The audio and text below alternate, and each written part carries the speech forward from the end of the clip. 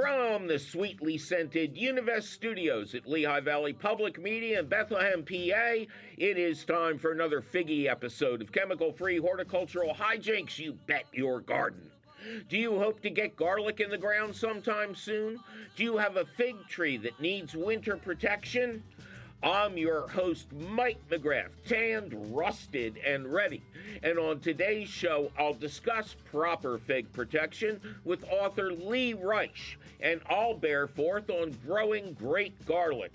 And, of course, your telecommunicated questions, comments, tips, tricks, suggestions, and amiably autumnal adulations. So keep your eyes and your ears right here, cats and kittens, because it's all coming up faster than you having your figs and eating them, too. Right after this. Support for You Bet Your Garden is provided by the Espoma Company, offering a complete selection of natural organic plant foods and potting soils. More information about Espoma and the Espoma Natural Gardening Community can be found at espoma.com. Welcome to a new episode of You Bet Your Garden from the studios of Univest Public Media Center. I'm your host, Mike McGrath, and I'm very happy to kick off this new season with a tribute to garlic, telling you how to plant it and what to do with it, and an interview with my old friend Lee Reich, who has written a book about protecting figs over winter in cold climate. There's a lot of debate about that one. That's a lot to get done, however, so let's jump right to your fabulous calls at 888-492-9444. Lisa, welcome to You Bet Your Garden. Thanks for having me. Well, thanks for being had, Lisa. How you doing? I'm doing well. And where is Lisa doing well? I am in Houston, Missouri. What can we do for Lisa in Texas, Missouri? So I had a question about tick treatments in the yard. So being in Missouri, I've got rural Missouri, a yard that backs up to a wooded area, and we've got ticks galore. And we do the best we can managing them with what we've got. So we've got insect shield treated clothing. We have our pets treated with various different products to help keep the ticks off of them. But we are still finding ticks all over ourselves, and I'm very hesitant to treat the yard with anything because I'm very worried about kind of those downstream effects on other insects. Yeah, it wouldn't help, and it would damage your environment. Now, I'm happy to hear that you have insect shield clothing. This is clothing that's been impregnated with permethrin, which is deadly to ticks. Anything you can do to mow the tall grass, if it's just there, to keep the height down, and more importantly, to let sunlight in. Missouri is remarkably humid. St. Louis is the most humid place I've ever been, and I've been in Louisiana. You know, people don't realize that about you guys. You can actually swim without water. It's incredible. Sometimes I'll just walk outside at 7 in the morning and just automatically be dripping sweat. It's something I've never experienced it anywhere else. Sure is some fun, huh? Oh, gotta love it. Anything you can do to open up the woods, pruning away low branches, cutting the undergrowth. I mean, I don't know if you have one, but a brush cutter you can use to just cut trails, real trails, so you're not pushing any plant material out of the way. Now, there's two other things that come to mind. There is a product called Tick Tubes, Tubes. You can find, they have a website, just search Tick Tubes. And these are cardboard tubes that are stuffed with little cotton balls that are saturated with permethrin. And how is that going to stop ticks? Well, everybody talks about deer ticks, but the primary vector of ticks that transmit Lyme and other diseases are mice, the American field mouse. Ticks must feed on field mice to progress to their next stage of development. So if you've ever like had mice come into your attic or anything like that, you know they'll tear apart a box of tissues to take back to their nest or steal socks or something like that. They love to make a nice comfortable nest. So you scatter the tubes around your property. The mice take the little cotton balls out and take them to the nest, and that kills any ticks on the mouse and any mice that then come into that nest to play cards or watch TV or whatever. And it doesn't hurt the mice. It doesn't hurt anything except ticks. My final thought is Christy Brinkley. No, no, no, you don't want her to stand out in the field and scare them. But when she bought a house in Lyme and realized how pervasive the tick problem was, she researched it heavily and bought a flock of geese, which you could also do with guinea hens, although they're annoying as all heck. She kept contacting the USDA because their tick problem was solved immediately when she brought these specific fowl into her backyard. Chickens might work as well. I'd want to research that, but I know that geese and guinea hens love to eat ticks. And this way you're also kind of getting back at the tick.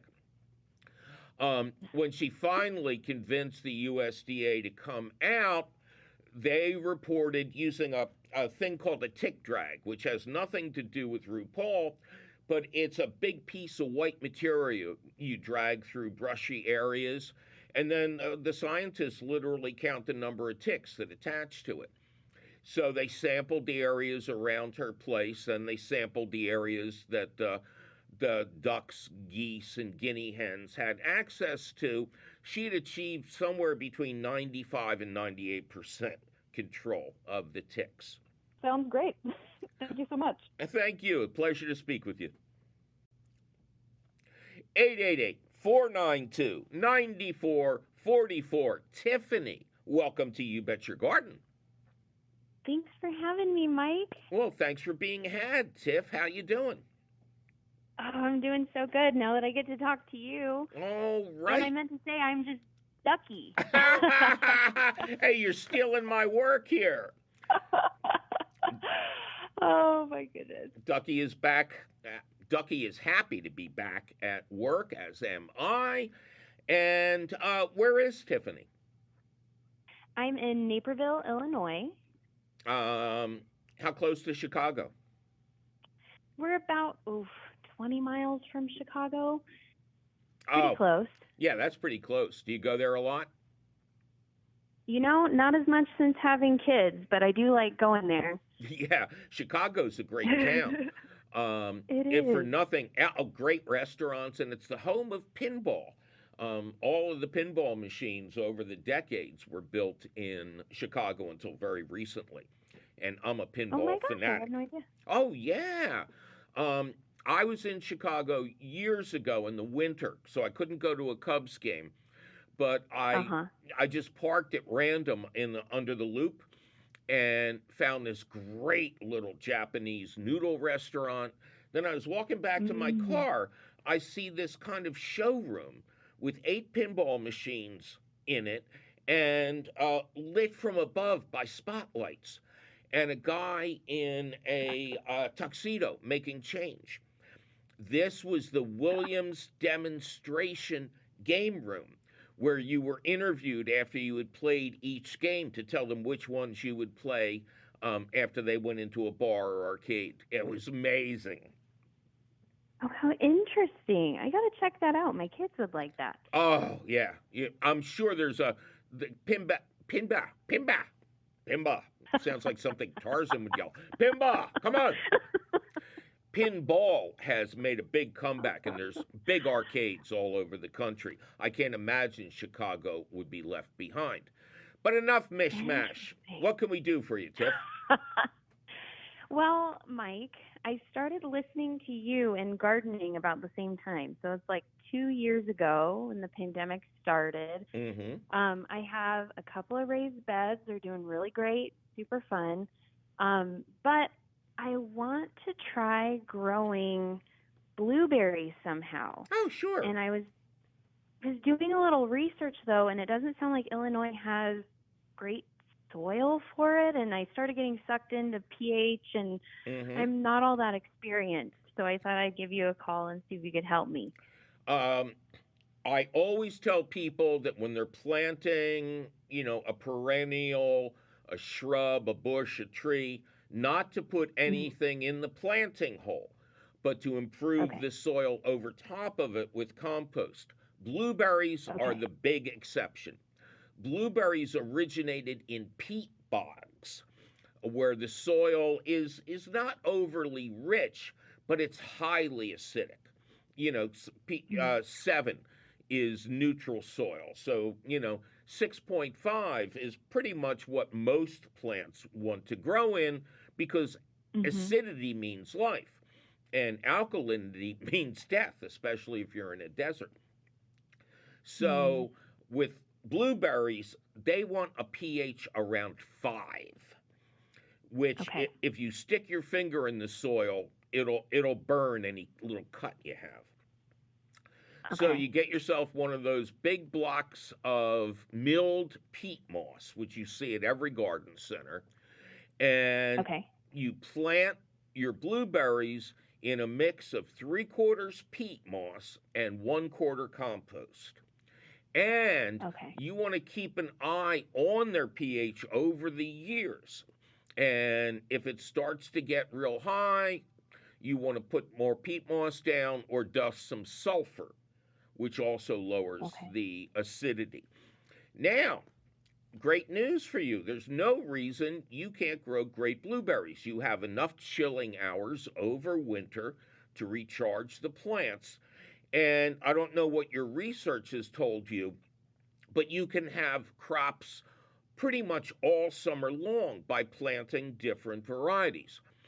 There's a cluster Mm. of varieties that are known as early blueberries. Those are the ones that come in first.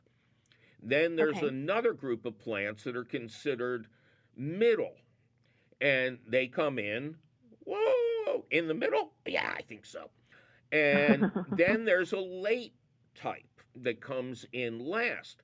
So by planting some of each type, you can stretch the season and have blueberries all summer long if you protect the plants from birds. Birds will Right. fight you for every berry. Um, I remember going to a bed and breakfast in a place called Long Swamp in Pennsylvania, and there was this cage outside, this giant cage that was about the size of a house. And I asked them what that was for, and they said, "Oh, that's where we grow our blueberries. We gave up on trying to keep the birds out any other way." So they had erected this Ah. cage of wire mesh, and they were noted for their blueberry pie and muffins and stuff like that. You could also try Interesting. motion activated sprinklers, but depending on your location, how visible, um, making a big cage with a gate that you can go in that is bird proof, Mhm. man, it's going to save you a lot of trouble because when you throw netting over the plants, they just eat the berries through the netting. And then they go inside and Gotcha. get stuck. Ah, it's a mess. Okay. That's good to know. I had no idea. Yeah, So, would you full sun, and very peaty, acidic soil, and bird protection. Those are the three. Okay. And would you put these in containers at all, or do you think I could just put them straight in the ground? Oh, you must put them straight in the ground. Uh, the roots would freeze if they were left over, if they were left above ground in a container over a Oh, Chicago area winter. got it. There is a lot Okay. of insulation, natural insulation that occurs when you plant in the ground. And because they do Okay. require a chilling period, you can't really drag the containers in. And that gets old your Got second year. No, they're designed to be planted right in the ground. Right. That makes sense because Maine is cold and all of that. Yeah. Okay. All right? Well, thank you so much. That was so useful. Thank you. Hey, even a broken watch is right twice a day, Tiff. All right, you take Thank care. you, Mike. Bye-bye. Thank you. You too. Bye-bye.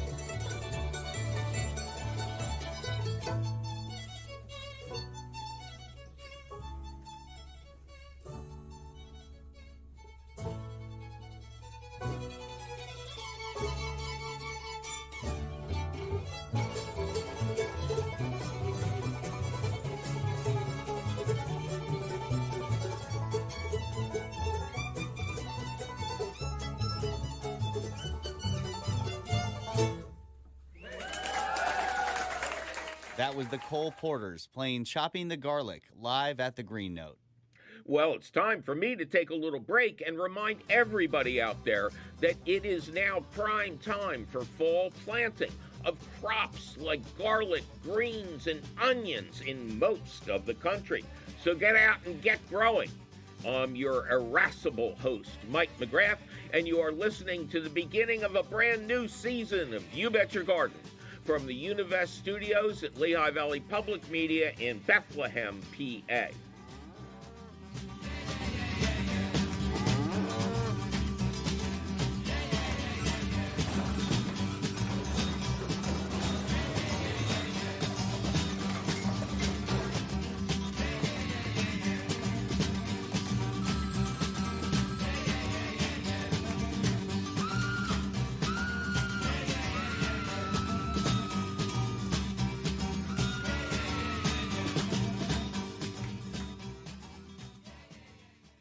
Support for You Bet Your Garden is provided by the Espoma Company, offering a complete selection of natural organic plant foods and potting soils. More information about Espoma and the Espoma Natural Gardening Community can be found at espoma.com.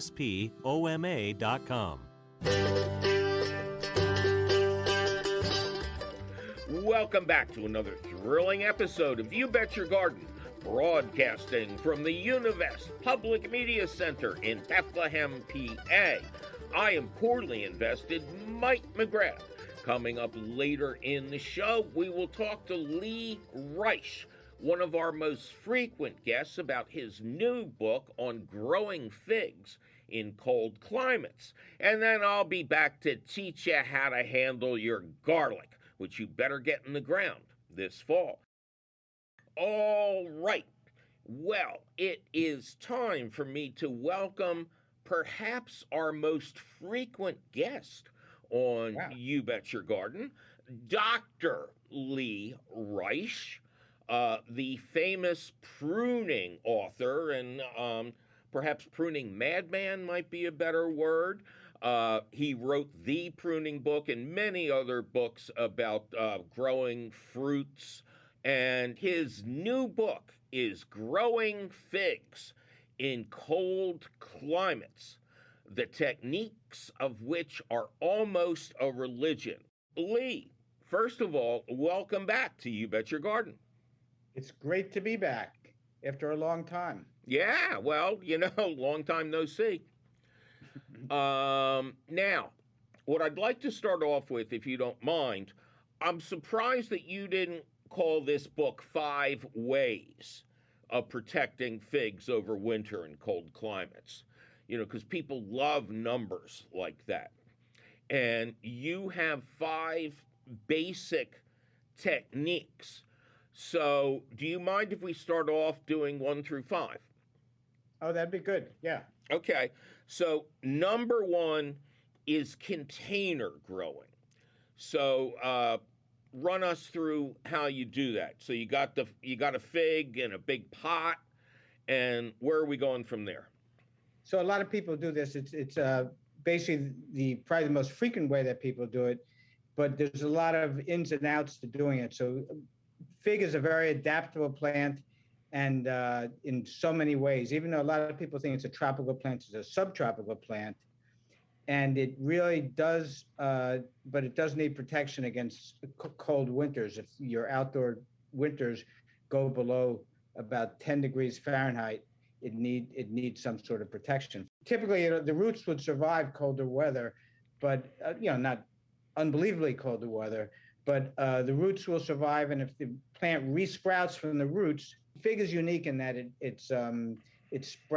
grows fruit on new growing shoots, like an apple tree, a pear tree, a peach tree.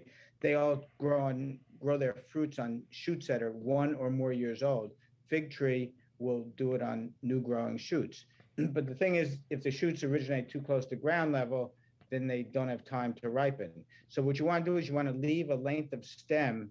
It could be a single trunk or multiple trunks about 2 feet high, and cut everything back to that stem before I put it in cold storage. And then that next growing season, take off any shoots that grow below that top of the stem and just leave a number of shoots coming off the top, and those will bear fruit. Okay, number 2, plant in spring, dig up in fall.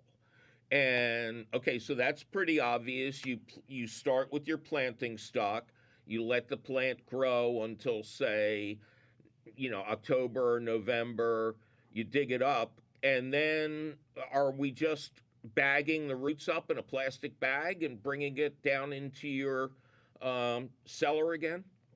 Yeah, that's it. And the advantage of that is when you plant that out in spring, you give it a good watering. But as growth starts in spring, the roots extend into the surrounding soil. And then basically you don't have to do that thing of taking care of watering it all season long. So not only do you not have to water it, but also the plant grows more. And the more it grows, the more figs it produces. And so you get higher yield, and you get higher yield and less care. And it's easier to move because you're not dragging that big pot inside. Well, you do have to take a certain amount of roots. And I came up with a variation on that where I actually grew it in a pot, a very large pot, maybe about this big. And I put holes in the side of the pot. And then when I plant the whole pot in the ground, the roots actually grow out into the hole. Right. Out the holes. And then I just easily, because it's only that year's roots, I chop them off and then bring the pot into the cellar. Okay. Number 3, and I think you made this up.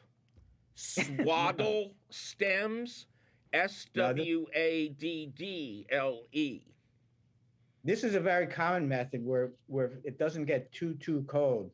For instance, in the Philadelphia area, Brooklyn has a lot of people from the Mediterranean, Italians, Lebanese, and you often see swaddled trees, and there's figs under them. And basically, if it's not doesn't get too cold, at the end of the growing season. And although any type of protection, it shouldn't be until December probably, because you want them to experience some cold. So at the end of the growing season, you prune it a little, tie the stems together so it's a nice tight mass, and then just wrap it with whatever is needed to protect it from the bitterest cold of winter. It could be just burlap if your winters don't get that cold. It could be some sort of insulation. But people go through a lot of very heroic measures. In my book, I have some photos of a fig grower in Pittsburgh who this giant fig tree, and he just wraps with insulation. I mean, it's amazing. On a ladder. And you point out that you have to put a bucket or something on top. Right. You don't want water to get in there, so you want some way to shed the water. And as I said, this might look unsightly to some people, or it might look like a sculpture to others, and it also depends on how neatly you do it. It's a look. Number 4 is my favorite for a number of reasons. I may be wrong, but I consider this the purest Italian way to protect a fig tree. Is you water the soil, you bend the tree into a trench that you've evacuated in the ground, fill the trench with soil, and then cover it with old carpets or leaves or something like that, and dig it up in the spring when, to the best of my understanding, it's already putting on new leaves. Well, actually, any of these methods, you really ideally get it up before leaves start, because those leaves are very tender since they start growing without light. Mm-hmm. So ideally you want the leaves to start developing in ambient light conditions. If it's not too cold, or depending on how much you want to cover it with, you could just lay it on the ground, pin it down. That's another thing about figs, is they're very flexible, and and they tolerate a lot of abuse. So you can just bend the branches down. What I like to do is you put a shovel into the ground to cut the roots on one side, then you bend it down the other way. All right, number 5 is winter protection via a greenhouse or a hoop house. Now, what shape is the fig in? Is this for potted figs you dig up and put the roots in a plastic bag and put inside, or are we growing the fig in this thing 24/7?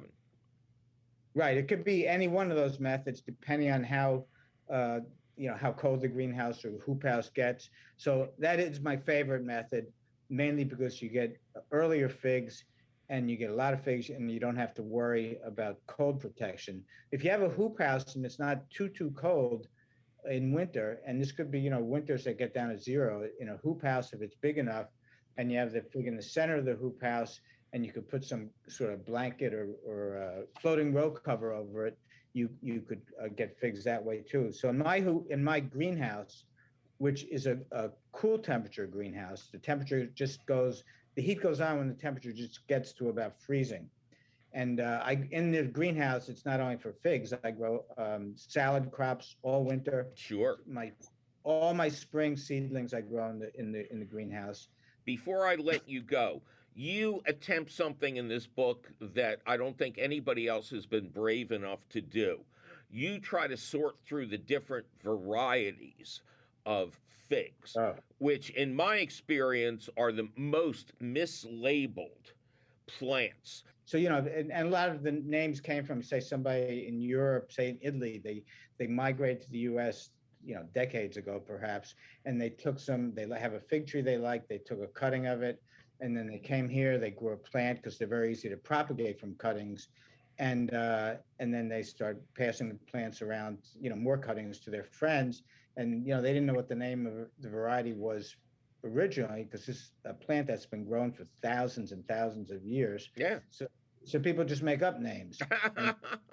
My favorite name for brown turkey, which is a very common and a very good fig, is and this is a true one of the names. It's called Lee's Perpetual. Oh, well, you wish you were, right? All right, I have to stop you here, or else we would go on for hours. Our very special guest today has been Dr. Lee Reich, whose newest book is Growing Figs in Cold Climates. It's sure to induce a lot of heated conversations, but the bottom line is figs are delicious. And easy to grow. Yeah. All right. Thank you, Lee. We'll get you on again real soon. Write another Thanks book. for like that.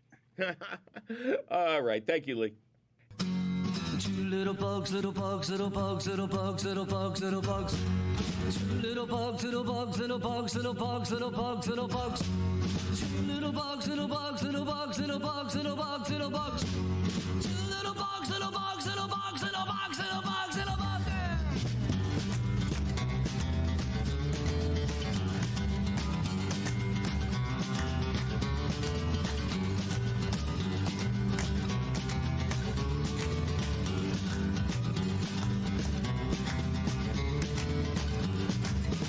Little bug, little bug, little bug, little bug, little bug, little bug.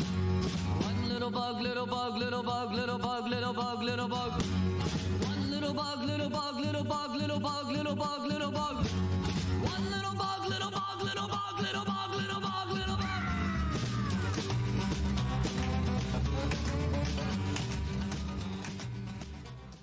Jean-Paul, welcome to You Bet Your Garden.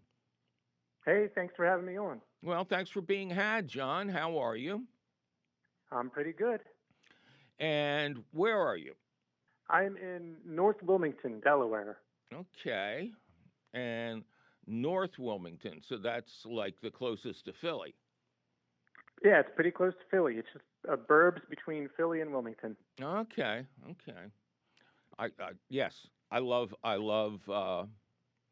I'm not going to say it because then I won't be able to get a reservation there anymore. So never mind. What can we do you for? Well, I recently upgraded my yard quite a bit via a move.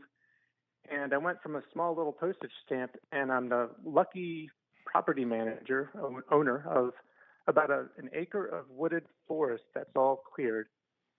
And my daughter and I, we counted the trees in our backyard and came up with about 117, which is super awesome. Mm-hmm. But I'm thinking about 50 of those are sweet gum trees, and they drop so many gumballs.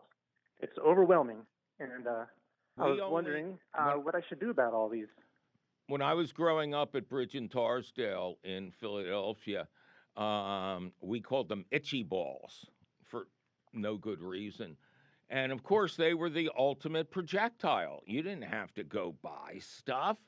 You just took a basket out, and there was this enormous tree near Marguerite's house. Oh, must have dropped thousands of them. So what's the matter? You don't like walking on them? It's like acupressure, right? You're relieving all those nasty symptoms in your feet. Surprise acupuncture. Yeah. You know, there's got to be the people who make things like super squirters or paintball guns, they have to have an itchy ball thrower. You know, you load up 100 of those and boom, boom, boom, boom, boom. Maybe I'm been watching. Maybe I've got a 9-year-old son, and I'm kind of wondering if this is a good idea or not. Yeah. He'll put his eye out. I've been watching too much TV news. So, what have you been doing with them so far?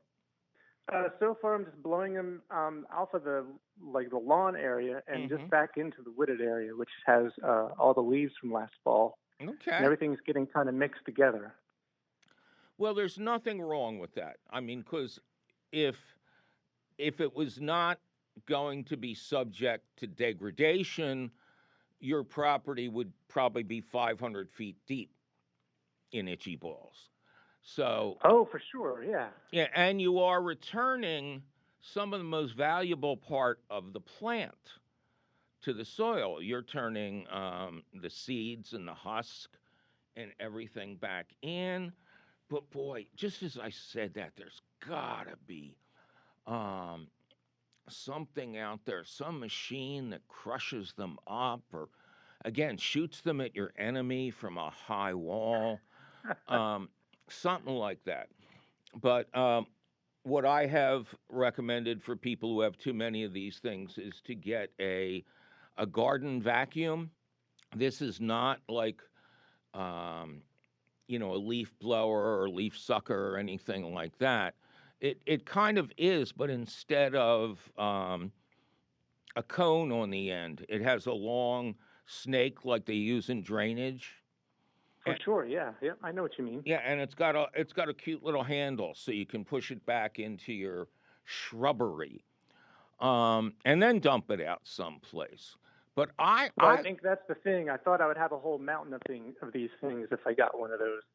Well, why don't we, meaning you, do that and check it in a year or two? It is nature's duty to decompose wood into soil once again. And if you made just a pile of itchy balls, you could keep it well watered over the summer and accelerate it. It would make great compost. Or you could put up one of those roadside signs, world's largest itchy ball pile. Come see it. Refreshments for the kids. Oh, that sounds fantastic. Yeah, free itchy balls to take home. And then you show one itchy ball that appears to be the size of an asteroid,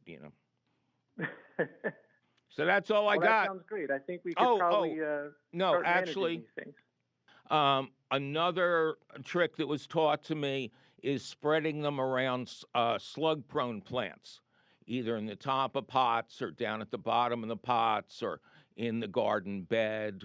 Make a ring of them around your garden bed. Slugs obviously can't cross over them because they'll get pierced. Well, all right. All right?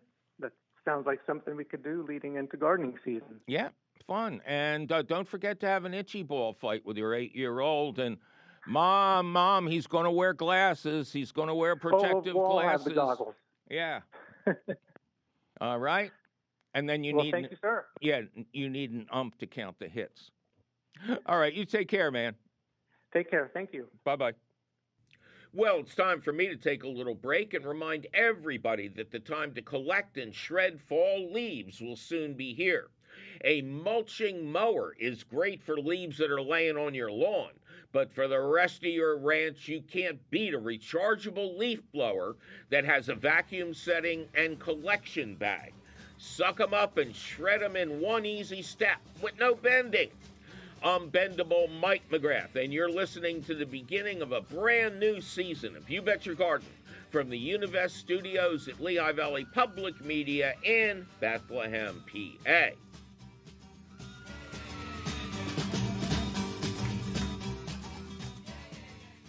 This is 91.3 FM, WLVR Bethlehem, WLVR.org.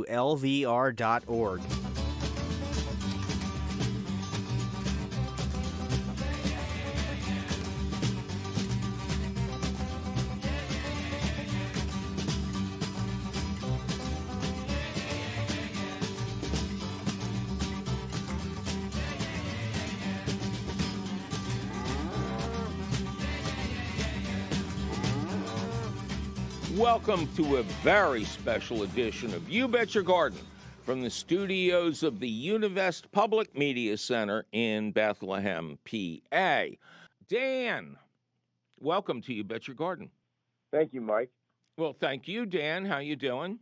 I'm doing fine. And where is Dan doing fine? I'm on the peripheral of the Lehigh Valley, not too far from, you would recognize Emmaus. Oh, sure. Some town like that. Sure, just go over 5th Street, over the mountain. Yeah, you can do that, too. I'm in the hill country. Yeah. All right, Dan, what can we do you for? Well, you just mentioned forsythia, and I have to admit that my forsythia is looking great in terms of all the yellow flowers. Mm-hmm. But I have a 120-foot long hedge, which is overgrowing my driveway to the extent that I have to drive off the driveway. And I really need to move it back. And this is probably sounding sacrilegious, but I almost need just to cut it back at the base and move. I mean, this hedge is several feet wide. I want to know the best way to do it. And if possible, when I cut some of the larger branches, I'd like to reroot them and plant them elsewhere. And I'm not sure how to do that. Okay. So it has gotten too big in the sideways position. Correct. It's just Okay. overhanging the driveway, and you can't go around it. Okay. And you realize, of course, that it's in full bloom right now. Yes, the other part of the question would be, when would be the best time to do that? Wait till next fall, or No. wait You till never prune anything in the fall, okay. even though you desperately want to. What you want to do is wait till all the flowers are gone. Okay, and then you've got a blank slate. Um, I would suggest you get some carpenter's tools and make a line down the driveway and follow that line for pruning above ground. Don't go low, but follow that and take off as much of the forsythia as is incurring on your car. Forsythia spreads by tip rooting. So if you want to keep it under control in the future, you have to look, all these little things that come up out of the ground, these branches, and then turn around. If you don't take them out, and you can take them out whenever you see them, it's just going to grow back the way you want. But if you keep and not hacking it back, I don't want to hear any chainsaws. You say it's a long thing, so I could see hedge clippers being involved. But take it back to the edge of the driveway as you perceive it, or as close to the edge of the driveway as it can help your cars. And then, is there a problem with it on the other side, or is it just one? No, it's just the side overhanging the driveway. And unfortunately, I think some of those tip-rooted things, 10 years ago are now rather large, thick trunks. So I'm going to have to, unfortunately, and I hate to admit this, do some damage to my lovely hedge. It will grow back, but I may be it might have to be a multi-step process. And all. Well, but Dan, if you haven't pruned it in 10 years, you got 10 years worth to catch up on. I agree. I just retired, so I got 20 years of deferred maintenance. Okay, I hear that. So I would start with what I said. Now, Right. if one of these shoots, one of these advantageous roots is coming up out of the ground, and it's definitely going to lean in the direction that you're trying to clean up, just prune it off at the very base of the plant. Just the act of pruning will improve the look of the forsythia. It'll fill in even more. And then you know the old story. It's an every year job. Every year after the flowers fade, you get out there and you prune, and you'll have a fabulous looking hedge with no damage to anything. Right. I the one question would be, as I cut whatever I'm cutting, how easy is it to reroot some of that stuff? If I put it in a bucket with some magical solution that you can come up with, which I don't know about. Well, first of all, you can't root plants in buckets of water and have them take in the soil. You can hydrate them a little bit, but after that, they need to be growing in soil. And no offense, man, the last thing anybody needs is more forsythia in the world. If you took one of your cuttings and you drove over it with a dirt bike and then got out and beat it with a claw hammer, threw it underneath a Mack truck, and threw it down somewhere where it could smell grass, that's it, baby. That's all you need. So this is not one for overplanting. I'll keep that in mind. Fortunately, this is a remnant of my grandfather's farm, so I have 50 acres to plant forsythia elsewhere on. Okay, well, they are great attractors of beneficial insects, including the spring tip-thea wasp, which actually hunts Japanese beetle grubs as they're emerging from the soil. Yeah, maybe I'll plant it around my garden. Yeah, well, just remember, it's going to keep trying to come in. Oh, yes, I have more than one forsythia that has taken over the world. Yeah. All right, man, good luck to you. Well, thank you very much for your information. I love your show. Thank you, sir.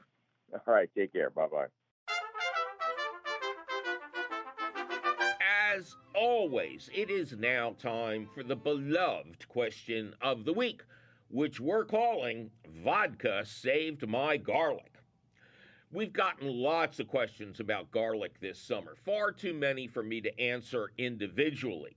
So I will just cut to the chase and discuss proper planting, happy harvesting, and an important disease-preventing tip I had long ago forgotten, which led to my being bit in the Roja this summer.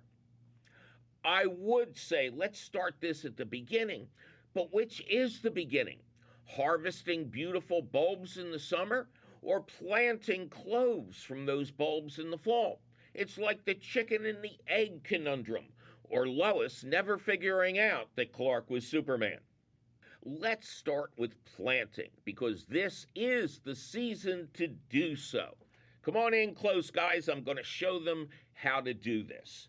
You pull apart heads of garlic, and let me show you how to do that. What I like to do is run my thumbnail down in between the individual cloves, and then there's no rhyme or reason for what you do next. You just work it until it breaks apart into the individual cloves. And then after that, it's up to you. However you want to rub it around and get it apart. But it is great dirty fun. I apologize to whoever has to clean the studio floor after this. And now you see what you got. That's really important to do at this stage. After you pull apart your heads of garlic, you plant individual undamaged cloves in your richest, loosest soil. A raised bed containing lots of compost and perlite is ideal, as the light, loose soil of a raised bed produces bigger, happier bulbs at harvest time. Plant the cloves 4 to 6 inches apart, 2 inches deep in warm climates, and up to 5 inches deep in frosty land. That means X number of inches of soil above the tippy top of the buried clove. Mulch that bed with a couple inches of pine straw or finely shredded leaves. No wood mulch of any kind, color, or national origin. Remember rule number 3 of organic gardening. Just because you have a lot of something doesn't mean you should use it. Generally means the opposite. Timing. Basically, you should get your cloves in the ground 6 weeks before your last average frost date. But the further north you are, the earlier you can plant. If you wait until the supposedly lucky Columbus Day, you'll get smaller bulbs at harvest time. I aim for early September planting to give the cloves extra time to grow a nice root system before the ground freezes. Down in the Carolinas and thereabouts, you can wait until Halloween. In really hot regions, consult your local county extension office for timing advice, because I never lived in no place like that. Now, there are 2 basic types of garlic. My preferred type is hardneck. That's what I grow. That's what I've been doing to show you how to separate the cloves and stuff. It is the best tasting and most colorful type. Many amazing heirloom varieties are available, and hardnecks are the type for cold climate gardeners. But hardnecks have little storage potential. A hardneck harvested in late June or early July will typically start to sprout by late September. But all is not lost. You can just plant those sprouting cloves. The other type is softneck, aka white garlic or California garlic. Technically a better choice for warmer climates, but less flavorful and much less fun to grow. However, it has a big advantage. Softnecks are ideal for storage, resisting the urge to sprout for a year or longer. They are also braidable because they got them soft necks. Hard necks have a kind of a woody stem after curing.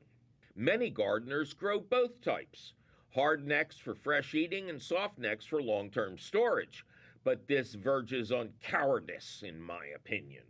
And a braided circle of soft-neck garlic is useless for repelling vampires, while a single bulb of hardneck will send them running, or flying, or misting, or wolfing, or any of the other things they do, because many hardneck varieties originated in their native land. Now, you don't have to do much after clove planting. Just clip off and eat any scapes, those are the little bulges, that appear at the top of the plant. Then wait until the bottom 1/3 of your plants have turned brown and pull up a test plant. If it looks like a big leek, cook with it and try again later. If the bulbs are nice and fat and have full paper wrappers, pull it all up and cure it for a week or two. Ideally with all the plants laid out singly on a surface with a ceiling fan above for good airflow. Do not place in direct sunlight and never wash your bulbs. Just shake or gently brush off most of the dirt. After curing, gently break hardneck bulbs into their individual cloves. Now this is really important. You want to select the largest cloves for replanting. Maybe a little hard for you to see, but this is a big clove that's going to make big bulbs. But this is a skinny little mini. There's almost nothing to it.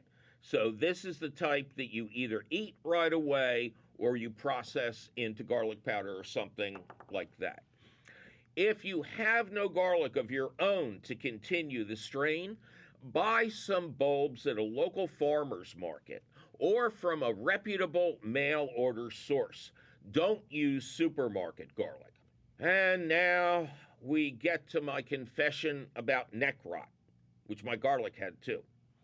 I have been growing garlic for around 25 years before tragedy struck. My entire crop was turning brown much too early. Even worse, the stems rotted away at ground level. Luckily, I had gifted several friends with bulbs of my unique garlic, which over the decades had evolved to produce heads of uniform size, shape, and flavor, none of which resembled the garlics I had started out with. My friends returned the favor, and my future crops were saved. After that, I began marking the garlic beds and rotating them so that garlic never followed garlic. And I thought that was enough, which it was for a couple of years.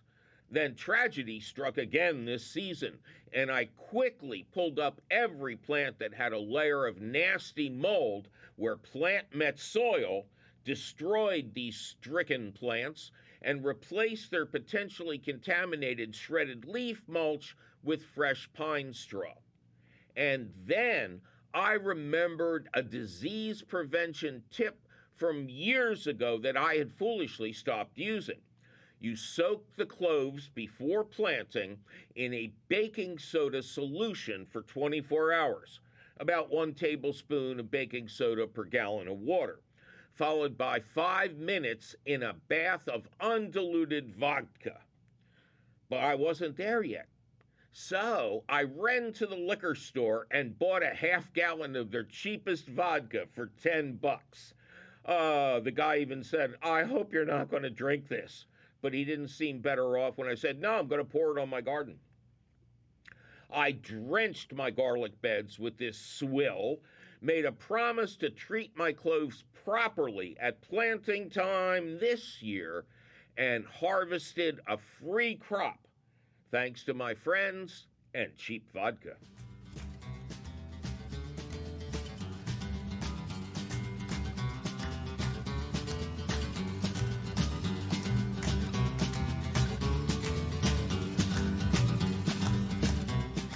Well, that sure was some helpful information about how to grow great garlic now, wasn't it?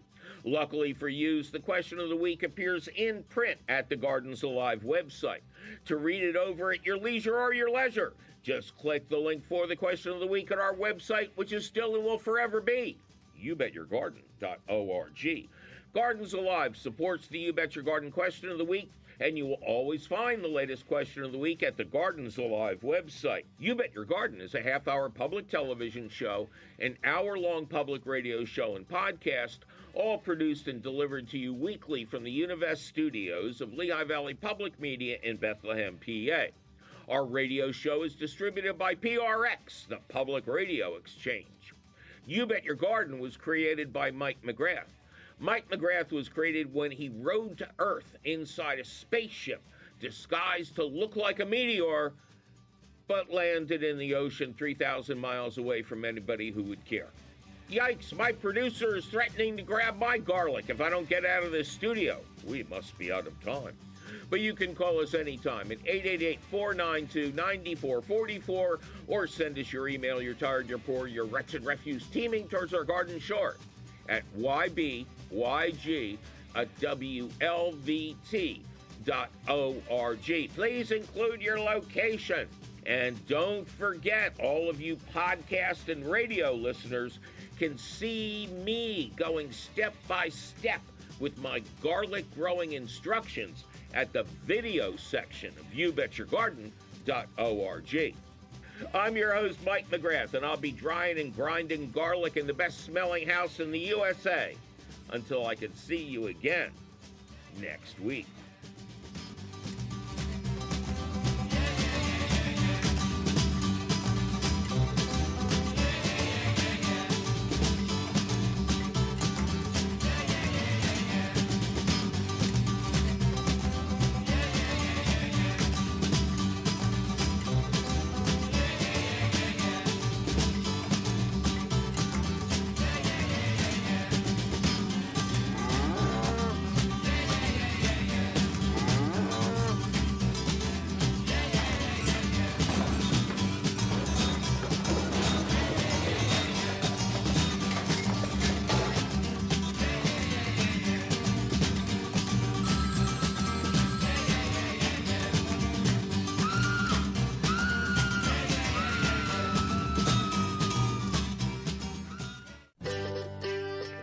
What's in store for your unsuspecting eyes and or ears next week?